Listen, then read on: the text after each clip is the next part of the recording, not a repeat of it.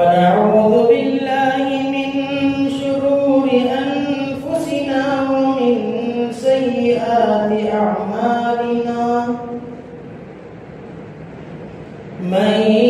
يهده الله فلا مضل له ومن يضلله فلا هادي له ونشهد أن لا إله إلا الله وحده لا شريك له ونشهد أن سيدنا ومولانا محمدا عبده ورسوله أما بعد فأعوذ بالله من الشيطان الرجيم بسم الله الرحمن الرحيم والفجر وليال عشر صدق الله العظيم قال النبي صلى الله تعالى عليه وسلم ما من أيام العمل الصالح فيهن أحب إلى الله عز وجل من هذه الأيام العشرة قالوا يا رسول الله صلى الله تعالى عليه وسلم الجهاد في سبيل الله قال رسول الله صلى الله تعالى عليه وسلم ولا الجهاد في سبيل الله إلا رجل خرج بنفسه وماله فلم يرجع بذلك بشيء وقال عليه الصلاة والسلام صيام يوم عرفة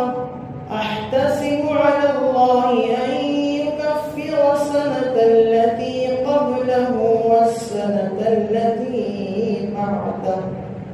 أو كما قال عليه الصلاة والسلام اللهم صل على سيدنا شفيعنا حبيبنا نبينا مولانا محمد وبارك وسلم میرے محترم عزیز دوستو اور میرے ایمانی غیرت مند بھائیوں بزرگوں اور عزیز ساتھیوں،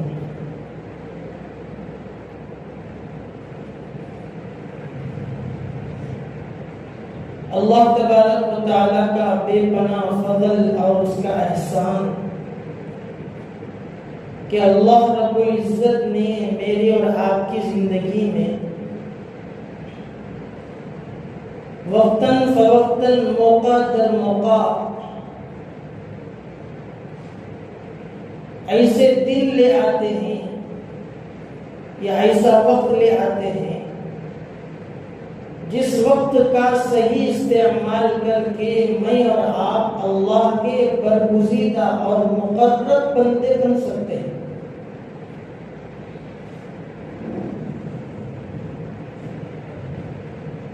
کہ اللہ تبارک و تعالی نے دنیا میں کچھ مکان اور دنیا کے کچھ زمانے کو فضیلت عطا فرمائی۔ مکان معنی جگہ، اللہ نے بعض جگہوں کو فضیلت عطا فرمائی اور بعض زمانے کو، زمانہ معنی وقت ہے۔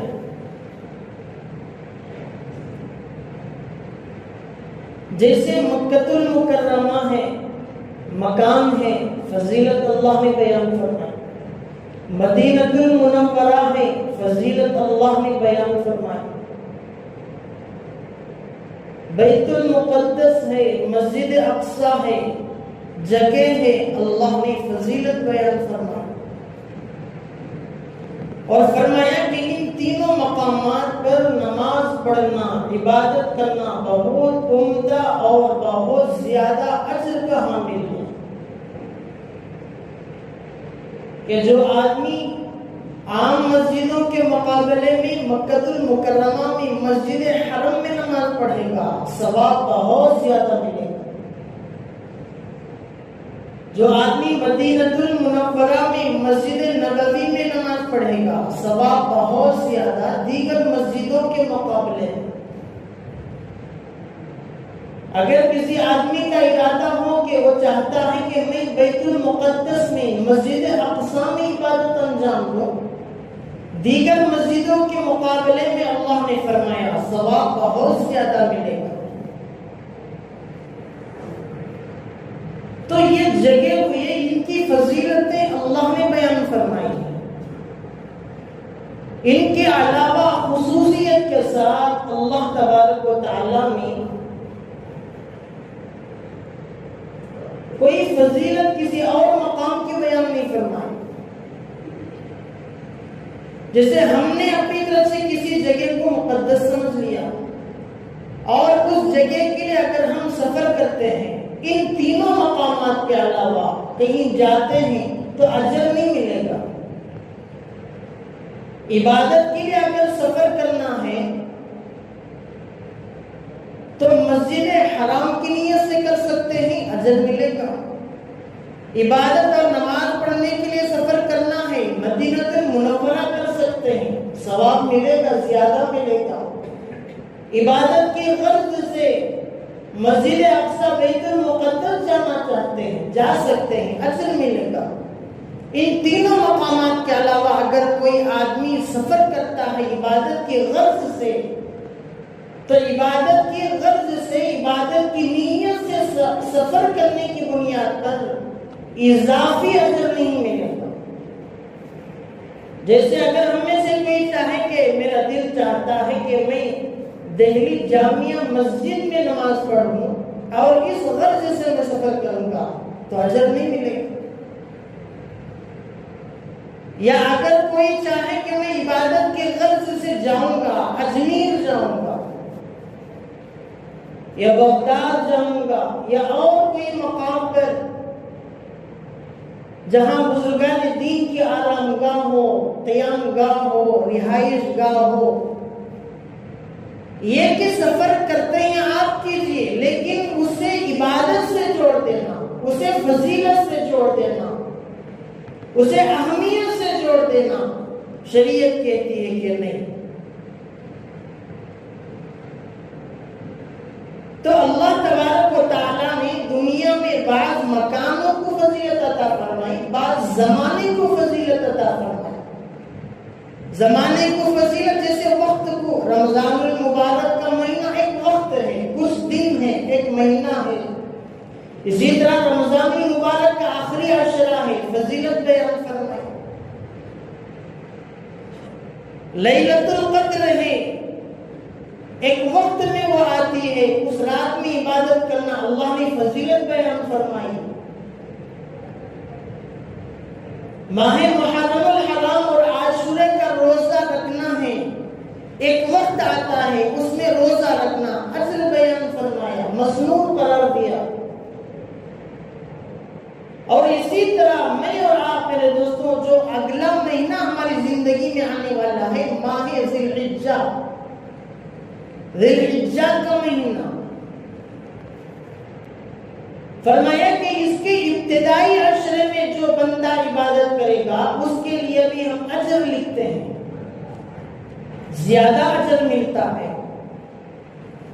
الغرض میرے دوستوں، اللہ تبارک و تعالیٰ نے اپنے اختیار سے بعض مکانوں کو فضیلت عطا فرمائی، بعض زمانے کو فضیلت عطا فرمائی۔ اللہ تبارک و تعالیٰ اور رسول اللہ صلی اللہ علیہ وسلم کے بتائے ہوئے طریقے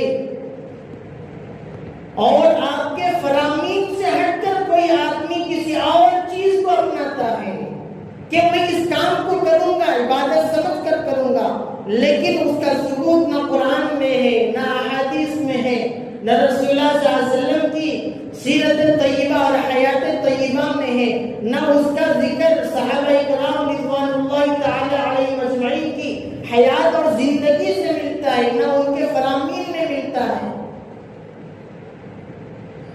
نہ اجماع امت سے اس کا ثبوت ملتا ہے۔ تو فرمایا کہ عبادت کی غرض سے اگر تم کوئی عمل کرو گے تو وہ عبادت نہیں کہلاتا، وہ تو بدعت کہلاتا ہے۔ وہ یوں کہلاتا ہے کہ ایک کام تھا جسے تم نے اپنی ذات سے سمجھا کہ یہ اچھا کام ہے، کریں گے، لیکن ہماری طرف سے حکم نہیں تھا، ہماری شریعت کی طرف سے یہ حکم نافذ نہیں کیا گیا تھا۔ تو جو آدمی اس طرح سے اپنی طرف سے کوئی چیز اپنے لیے عبادت کے طور پر فرض قرار دے لیتا ہے یا واجب قرار دے لیتا ہے تو اس کا اجر اللہ کے ہاں نہیں ملتا، بلکہ پکڑ ہوگی۔ بہرحال میرے دوستوں، میں نے آپ حضرات کی خدمت میں قرآن شریف کی آیت سورۃ الفجر کی چھوٹی چھوٹی 2 آیتیں انتہائی مختصر اور ذخیرہ احادیث میں سے 2 روایتیں پڑھی ہیں، جن میں سے پہلی روایت حضرت امام ترمذی رحمۃ اللہ علیہ نے اپنی بیش بہا اور قیمتی کتاب صحاح ستہ میں سے ایک کتاب میں نقل فرمایا، اور دوسری روایت حضرت امام مسلم رحمۃ اللہ علیہ نے اپنی بیش بہا قیمتی کتاب، جسے تمام امت نے باتفاق اجماع امت اسے تسلیم کیا ہے کہ صحیح بالکل مستند کتاب۔ ان 2 کتابوں کی 2 روایتیں، جس کا ترجمہ یہ ہے کہ آیت میں اللہ تبارک و تعالیٰ فرماتے ہیں والفجر، قسم ہے فجر کے وقت کی، ولیال عشر، اور قسم ہے 10 راتوں کی۔ اس آیت کے بارے میں حضرت امام قرطبی رحمۃ اللہ علیہ ایک بڑے مفسر قرآن گزرے ہیں، ان کی وفات 670 پر 1 ہجری میں ہوئی۔ اپنی تفسیر قرطبی میں فرماتے ہیں کہ ولیال عشر سے مراد ذی الحجہ کے 10 دن ہیں۔ بعض اہل علم فرماتے ہیں کہ ولیال عشر سے مراد رمضان المبارک کا آخری عشرے کی 10 راتیں ہیں۔ علامہ ابن قیم رحمۃ اللہ علیہ متوفا، جن کی وفات ہوئی 750 پر 1 ہجری، وہ فرماتے ہیں کہ اس میں کوئی تعارض نہیں ہے، دونوں میں، اور دونوں کا ذکر علماء اکرام نے روایتوں کے ذیل میں بیان فرمایا ہے کہ اس آیت میں ولیال عشر سے مراد کہ ذی الحجہ کے ابتدائی دن بھی ہیں اور رمضان المبارک کا آخری عشرے کی راتیں بھی ہیں۔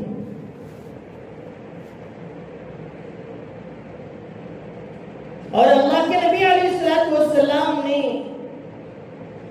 ذی الحجہ کے ابتدائی عشرے کے متعلق کہ جب ابھی قربانی کا دن نہیں آیا، عید کی نماز ابھی نہیں پڑھی جا رہی ہے، 1 ذی الحجہ سے لے کر 9 ذی الحجہ تک یوم عرفہ تک کے لیے کچھ احکام بیان فرمائے، کچھ مستحب احکام بیان فرمائے، اور ذی الحجہ کی فضیلت اللہ کے نبی علیہ الصلوۃ والسلام نے بھی بیان فرمائی کہ ذی الحجہ کے پہلے عشرے میں کیا کرنا ہے، اور اللہ کی نگاہ میں عند اللہ ذی الحجہ میں کرنے کے کیا کام ہیں، اور اللہ کو اس عشرے سے ذی الحجہ کے مہینے کے ابتدائی دنوں سے کتنی محبت ہے، اور ان دنوں میں کون سی عبادتیں انجام دینا چاہیے۔ اللہ کے نبی علیہ الصلوۃ والسلام نے فرمایا ما من ایام عمل العمل الصالح، ان دنوں میں یعنی ذی الحجہ کے ابتدائی پہلے 10 دنوں میں اللہ تبارک و تعالیٰ کو کی جانے والی نیکیوں میں سب سے بہترین نیکی جو ہے وہ روزہ رکھنا ہے۔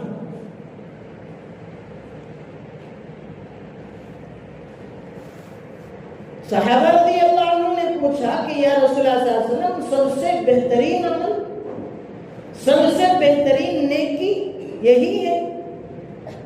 صحابہ اکرام کا بڑا عجیب مزاج تھا کہ کوئی بات آتی جو سمجھ میں نہ آتی یا کچھ سمجھ میں آتی کچھ نہ سمجھ میں آتی تو اللہ کے نبی علیہ السلام سے پوچھ لیا کرتے تھے، یا رسول اللہ فرمائیں اس کی کیا وضاحت ہے، کیا جواب ہے اس کا، ہمیں سمجھائیں۔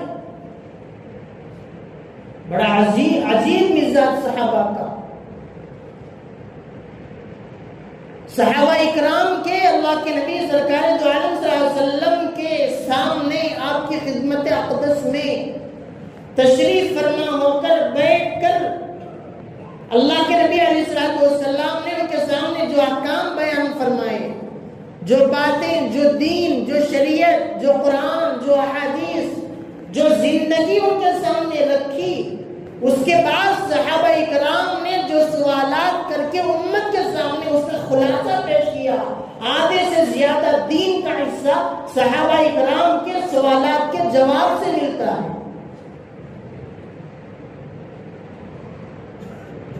دین اسلام اور شریعت مطہرہ کا ایک اہم اور بڑا حصہ صحابہ اکرام نے جو سوالات سرکار دو عالم صلی اللہ علیہ وسلم کی خدمت میں کی ہیں، ان کے سوالات کے جواب کی روشنی میں اللہ کے نبی علیہ السلام نے ان کے سوالات پر جو جوابات دیے ہیں، اس سے دین کا ایک بڑا بہت اہم حصہ کھل کے امت کے سامنے آیا ہے۔ تو صحابہ نے پوچھا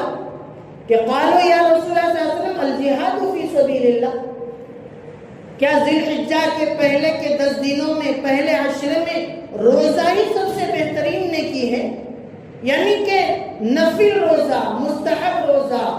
اور سنت روزہ، پسندیدہ روزہ، فرض روزہ نہیں، واجب روزہ نہیں، ایک مستحب عمل ہے، ایک پسندیدہ عمل ہے جس کے بارے میں اللہ کے نبی علیہ السلام نے فرمایا کہ ان دنوں میں سب سے بہترین نیکی فرائض کے بعد جو کی جائے، نمازوں کے بعد کی جائے، معاملات کی درستگی کے بعد کی جائے، اور جو موقع پر کی جانے والی عبادتیں ہیں اس کے بعد مستحب اعمال میں بہترین عمل جو ان دنوں میں کیا جاتا ہے وہ روزہ رکھنا ہے۔ صحابہ نے پوچھا کہ قالوا یا رسول اللہ صلی اللہ علیہ وسلم الجہاد فی سبیل اللہ، کیا جہاد کرنا، دشمن کے مقابلہ میں میدان کارزار میں کھڑے ہو جانا، دشمن کے مقابلہ کرنا، جہاد کرنا، اعلاء کلمت اللہ، احقاق حق اور ابطال باطل کے لیے کمر بستہ ہو کر میدان کارزار میں کود جانا، کیا یہ افضل ہے یا اے افضل ہے؟ اللہ کے نبی علیہ السلام نے فرمایا وَلَلْ جِهَادُ فِي سَبِيلِ اللَّهِ، نہیں، ان دنوں میں جہاد فی سبیل اللہ سے بھی افضل چیز ان دنوں میں فرائض کے بعد روزہ رکھنا ہے۔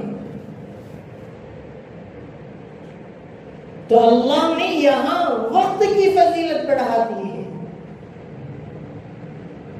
مکے میں، مدینے میں اور مقامات پر جن کا ذکر اللہ نے، رسول اللہ صلی اللہ علیہ وسلم نے بیان فرمایا، مکانات پر عبادت کرنے کا اجر، فضیلت بیان فرمائی، یہاں وقت اور زمانے میں عبادت کرنے کو اللہ کے نبی نے فضیلت والا عمل بیان فرمایا۔ اور آگے فرمائے کہ جہاد کوئی معمولی کام نہیں ہے۔ دشمن اسلام کے سامنے، حق سے بہرا رہنے والے کے سامنے، لوگوں کی حق تلفی کرنے والے کے سامنے، ظالم اور جابر کے سامنے، قاتل کے سامنے کھڑے ہو جانا اور اس کا مقابلہ کرنا بنفس نفیس ایک بہت اہم عمل ہے، بہت اونچا عمل، بہت اونچا عمل۔ لیکن ان دنوں میں یہ عمل سب سے زیادہ فضیلت والا ہے کہ آدمی یکم ذی الحجہ سے لے کر 9 ذی الحجہ یوم عرفہ کی تو فضیلت اللہ کے نبی نے خاص طور سے علیحدہ روایتوں میں بیان فرمائی. اس کا ذکر الگ سے آتا ہے، لیکن پہلے عشرے کا یکم سے لے کر 9 تک اور 8 تک بھی مسلسل روزے رکھنا بھی مستحب عمل قرار دیا. اور ترمذی شریف میں روایت بیان فرمائی ہے. اور ذی الحجہ کے مہینے میں آج تو ذی القعدہ کے 27 تاریخ ہے، 28 29 کا مہینہ اگر ہوا تو اتوار یا پھر پیر کو یکم ذی الحجہ ہوگا، یا کچھ اور آگے سوچیں تو احتیاطاً منگل کو یکم ذی الحجہ اگر ہو، غالب گمان ہے کہ پیر کو یکم ذی الحجہ، تو 1 ذی الحجہ سے لے کر 9 ذی الحجہ تک روزہ رکھنا یہ مستحب عمل ہے، پسندیدہ عمل ہے. اور روزہ رکھیں گے تو کیا اجر ملے گا؟ فضیلت جب اللہ کے نبی نے کسی عمل کی بیان فرمائی تو اس سے ملنے والا فائدہ بھی تو بیان کیا جاتا ہے. تو ایک روایت سنن ترمذی میں اس کے راوی آقا صلی اللہ علیہ وسلم کے قریبی صحابہ میں سے ذخیرہ احادیث میں سب سے زیادہ روایتیں نقل کرنے والے صحابی، بظاہر تمام صحابہ میں بہت بھولے بھالے نظر آنے والے صحابی، معصوم صحابی، جنہوں نے بہت زیادہ سب سے زیادہ روایتیں رسول اللہ صلی اللہ علیہ وسلم کی احادیث میں جن کی ملتی ہیں وہ حضرت ابو ہریرہ رضی اللہ عنہ کی روایتیں. سنن ترمذی میں ہے کہ فرماتے ہیں کہ ان دنوں میں 1 روزہ رکھنا، اگر کسی کے لیے یہ سہولت نہیں ہے، موقع نہیں ہے کہ وہ پورے روزے رکھے، کم سے کم 1 بھی روزہ یہ رکھ لیتا ہے، کوئی آدمی 1 روزہ بھی رکھ لیتا ہے. فرمایا صیام کل یوم منہا بصیام سنۃ، 1 روزہ رکھنا گویا کہ 1 سال کے روزے رکھنے کے برابر کا اجر ہے. اور ان دنوں میں قیام کرنا، رات میں عبادت کرنا، رات میں نوافل پڑھنا، نوافل کا اہتمام کرنا. اگر کوئی آدمی 1 رات میں کھڑے ہو کر نوافل کا اہتمام کرتا ہے تو فرمایا وَقِيَامِ كُلِّ لَيْلَةٍ مِّنْهَا بِقِيَامِ لَيْلَةِ الْقَدْرِ. اگر کوئی آدمی ذی الحجہ کے دنوں میں 1 رات میں بھی عبادت کرتا ہے، رات میں کھڑے ہو کر اللہ کے سامنے لو لگا لیتا ہے، محبت کرتا ہے، تلاوت میں کھڑا ہو جاتا ہے، نماز میں رکعتیں بن کر اللہ کے حضور سر بسجود ہو جاتا ہے، فرمایا کہ 1 رات میں عبادت کرنا گویا کہ لیلۃ القدر میں عبادت کرنے کے برابر ہے. لیلۃ منہا بقیام لیلۃ القدر. اور لیلۃ القدر کا اجر تو ہمیں معلوم ہے کہ اللہ کتنا اجر عطا فرماتے ہیں. تو میرے دوستو، اللہ تبارک و تعالیٰ کا احسان ماننا چاہیے کہ ہم گنہگار بندوں کی زندگی میں، ہم معصوم بندوں کی زندگی میں، جب ہم کئی کاروبار میں، ملازمت میں، کھیتی باڑی میں، بزنس میں، پتہ نہیں کن کن ہم کاروبار میں، کاموں میں ملوث ہو جاتے ہیں، جہاں ہماری کئی عبادتیں چھوٹ جاتی ہیں، کئی اعمال ہم سے چھوٹ جاتے ہیں، تو اللہ تبارک و تعالیٰ ایسے موقع پر فرماتے ہیں کہ ایک سستا سودا ہے،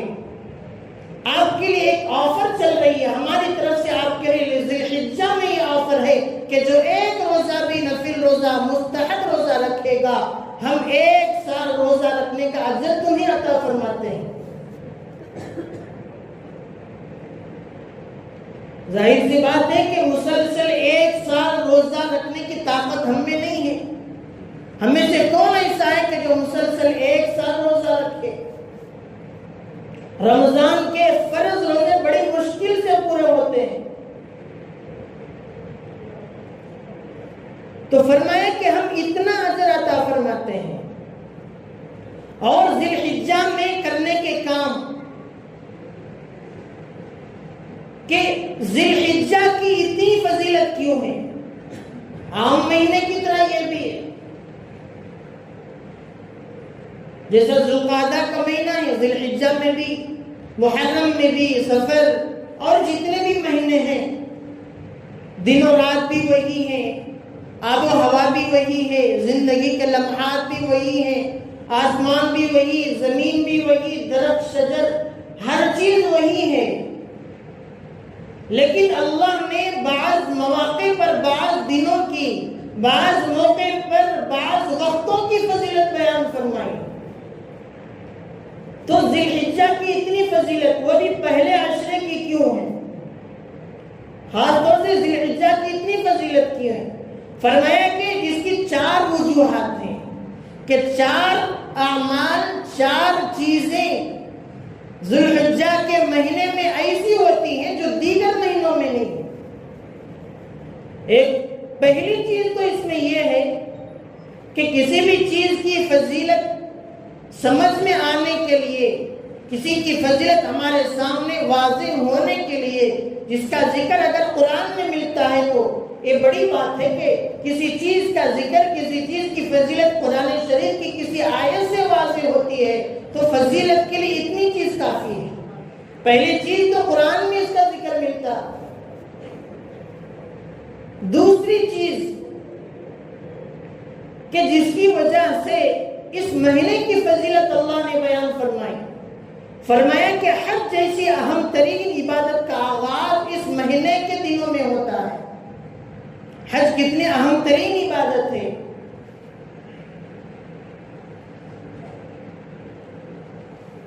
اور آغاز انہی دنوں میں حج کا ہو جاتا ہے. اسی مناسبت سے اس مہینے کا نام بھی ذی الحجہ رکھا گیا یا ذی الحجہ.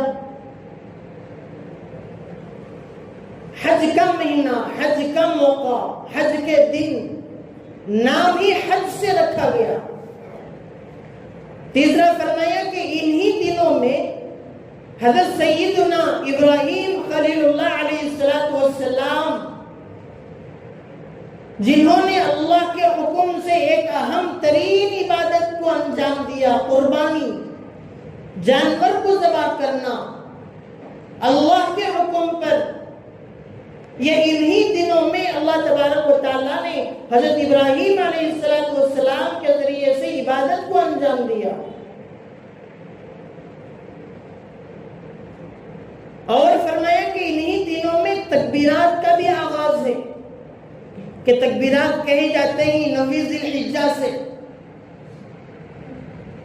تو اس کا آغاز بھی اسی مہینے میں ہوتا ہے کہ یہ کچھ وجوہات ایسے ہیں کہ جس کی وجہ سے، جن کے ظاہر ہونے کی وجہ سے اللہ تبارک و تعالیٰ نے اور رسول اللہ صلی اللہ علیہ وسلم نے اس مہینے کے ان دنوں کو فضیلت والا قرار دیا. اور احادیث میں بھی اس کا ذکر ملتا ہے، رسول اللہ صلی اللہ علیہ وسلم کی حیات طیبہ میں بھی اس کا ذکر ہے. سنن ترمذی کے ایک روایت میں حضرت عبداللہ ابن عباس رضی اللہ عنہما کی ایک روایت، ایک حدیث ہے کہ جس میں فرماتے ہیں کہ ان دنوں میں، یعنی کہ ان 10 دنوں میں عبادت کرنا اللہ کو بہت پسند ہے، بہت زیادہ پسندیدہ. جو بھی عبادت کرو ان دنوں میں، خاص طور سے روزہ رکھنا اللہ کو بہت پسند ہے. اندازہ لگائیں کہ کوئی بندگان مومن مستحب عمل رسول اللہ صلی اللہ علیہ وسلم نے بتلایا ہے، صحابہ اکرام نے بھی رکھا ہے کہ روزہ رکھنا بہت اونچا عمل ہے جس کا ثواب بہت زیادہ ملتا ہے. مسلسل 9 دن کے روزے رکھے، جب روزے کے دن ختم ہو جائے، شام میں افطار کر لے، اس کے بعد سے آدمی قربانی کے جانور کو ذبح کرنے کی تیاری شروع کر لے، تو روزہ رکھنے کا کتنا زیادہ اجر ہے، اور اگلے دن عید کے بعد اللہ کے حکم پر، اللہ کے نام پر جانور کو اللہ کے لیے اس کا خون بہانے کا اجر کتنا زیادہ ہے۔ مسلسل روزے رکھنا 9 دن، اس کے بعد ایک اہم ترین عبادت انجام دینا، اتنی اہم ترین عبادت جسے سینکڑوں پیغمبروں نے انجام دیا، رسولوں نے، نبیوں نے، پیغمبروں نے انجام دیا، صحابہ کرام نے انجام دیا۔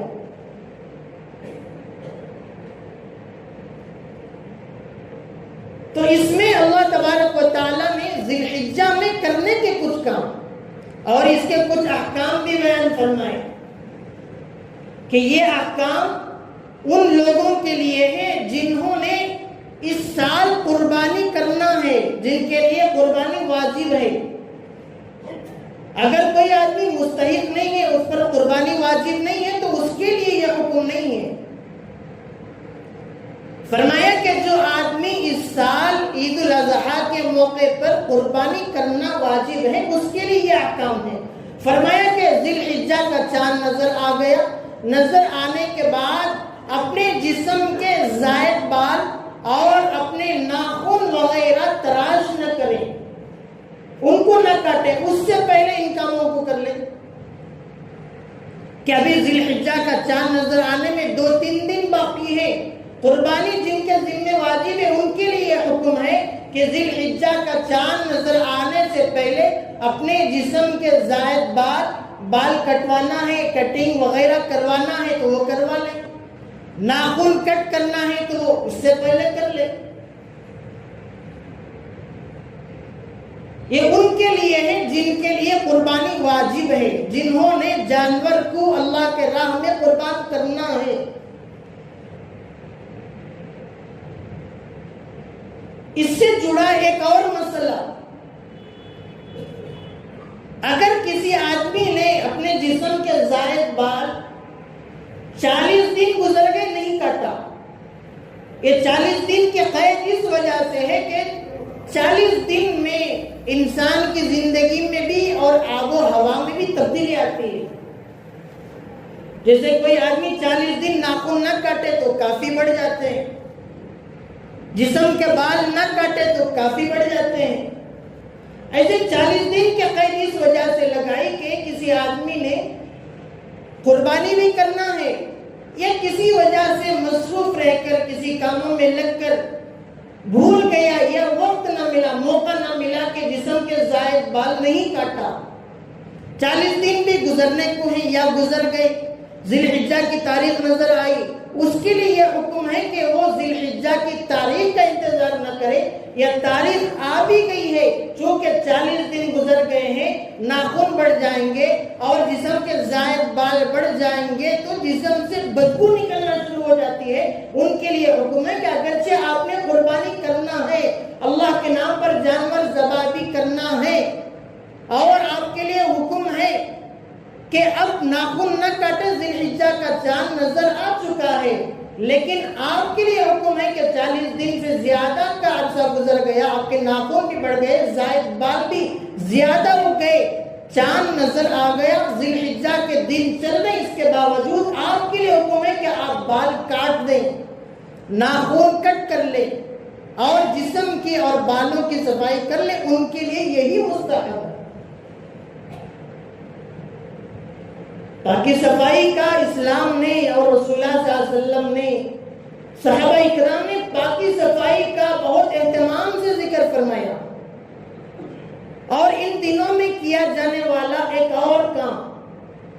یعنی عشر ذی الحجہ میں حضرت امام احمد بن حنبل متوفہ 240 پر 1 ہجری جن کی وفات ہوتی ہے، وہ اپنی بیش بہا قیمتی کتاب مسند احمد میں ذکر فرماتے ہیں کہ حضرت امام طبرانی رحمۃ اللہ علیہ اپنی بیش بہا قیمتی کتاب معجم طبرانی میں ذکر فرماتے ہیں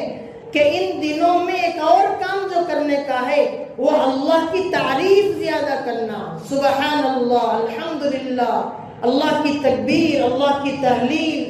اللہ کی تسبیح۔ ذی الحجہ کے عشرے میں یہ زیادہ سے زیادہ کیا جانے والا عمل، کہ آدمی چلتے پھرتے سبحان اللہ کہے، چلتے پھرتے اٹھتے بیٹھتے اللہ اکبر لا الہ الا اللہ، اللہ کی تسبیح بہت زیادہ کہنے کی ضرورت ہے، خاص طور سے ان دنوں میں۔ عام طور پر بھی یہی حکم ہے کہ وہ کامل ایمان والا، وہ کامل اللہ کا برگزیدہ بندہ کیسا ہو سکتا ہے جس کا دن گزر جاتا ہے ایک مرتبہ بھی اللہ کہنے کا موقع نہیں ملتا۔ کتنا بد نصیب ہے انسان کہ سارا دن گزر جاتا ہے۔ اور اس سے زیادہ حیرت اور افسوس کی بات یہ ہے کہ ہمارے کانوں میں جب اذان کی آواز آتی ہے تو یہ حکم ہے کہ اذان کا جواب دیا کرو، کیونکہ اس میں تکبیر ہے، تحلیل ہے، تسبیح ہے۔ اذان کی آواز ہم سن رہے ہوتے ہیں، لیکن افسوس ہے میرے دوستوں کہ اذان کا جواب ہم نہیں دیتے۔ ٹی وی چل رہا ہو تو ساؤنڈ کم کر دیتے ہیں، گانا ڈی جے بج رہا تو ساؤنڈ کم کر دیتے ہیں۔ شاید ہمارا یہ خیال ہے کہ اذان کی آواز سے یہ گانا اور بجانا ٹکراتا ہے، نہیں، اس وجہ سے کم کرنے کا حکم ہے کہ سارے کام کاروبار بند کرو یا تھوڑی دیر کے لیے روکو، اذان دینے والے مؤذن کے اذان کا جواب دو، کیونکہ اس میں تمام چیزیں پائی جاتی ہیں۔ اللہ کی تکبیر بھی ہوتی ہے، تحلیل بھی ہوتی ہے، اللہ کی تسبیح بھی بیان کی جاتی ہے۔ یہ حکم ہے کہ ان دنوں میں زیادہ کیا جانے والا عمل سب سے زیادہ یہ ہے کہ نفل روزہ بھی رکھنا ہے، قربانی واجب ہے تو قربانی بھی دینا ہے، اور جو احکامات ہیں کرنے کے کام ہیں وہ بھی کرنا ہے، اور زیادہ سے زیادہ اللہ تبارک و تعالیٰ کی تکبیر، تسبیح اور تحلیل انجام دینا۔ اللہ تبارک و تعالیٰ سے دعا فرمائیں اللہ تعالیٰ مجھے اور آپ کو ان کہی اور سنی باتوں پر عمل کی توفیق عطا فرمائے۔ وآخر دعوانا الحمدللہ رب العالمین۔